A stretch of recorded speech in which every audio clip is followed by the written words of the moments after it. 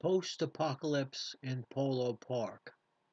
Those icy bus lights that subtract the color magnify the cold. I want the voice of a friend in the night. The end of the world comes with a grumble and small fires licking at the trees, but the people die at the hands of one another. The cold comes from failure of mercy, not the winter. Global warming for the homebound. The tall woman always says we shouldn't be afraid of winter just because the day carries daggers. She says our foamy armor will space away the pain, and that the winter is just a medium life moves through between bright pockets. The stabs only hurt in passing.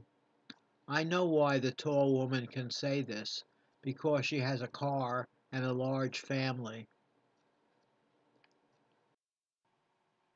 I was taken a few blocks, having given up my driving privileges several years ago and having been without a car. It was warm in the back seat, even as the snow glistened hard. The van turned into the driveway. I felt in my pocket for my remaining 20 cents. They took me through the wood, the glass, and tiled foyer into which the cold winter sunlight poured. They brought in my suitcase full of underwear and socks. I couldn't admit that I was hungry.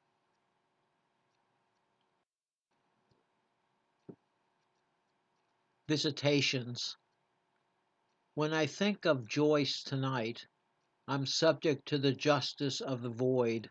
I can wish like a child, but it will not come true.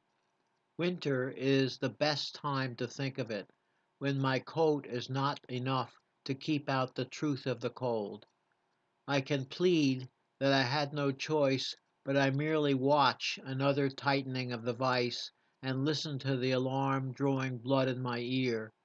My denials are like a child's eager wishes. The elders, faces darkened, shake their heads. He knows, they all say, deep inside, he knows, as I pound my fists on the bed. Jackie, the emissary of Zeller's Cafe. The ambassador passed from table to table, mending wounds and carrying Transcona honey balm, sweet especially in winter. Family miracles danced side by side past the doors toward the outer snow, singing names, sugar plums.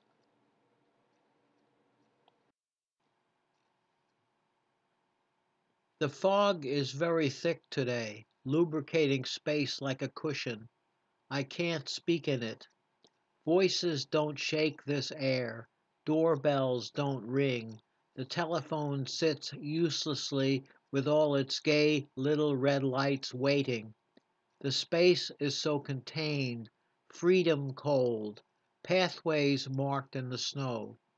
I wish the winter were over instead of just beginning. I could wish my life away like that. But in the spring I could walk. My vision could stretch out over the streets and I could hope for sound.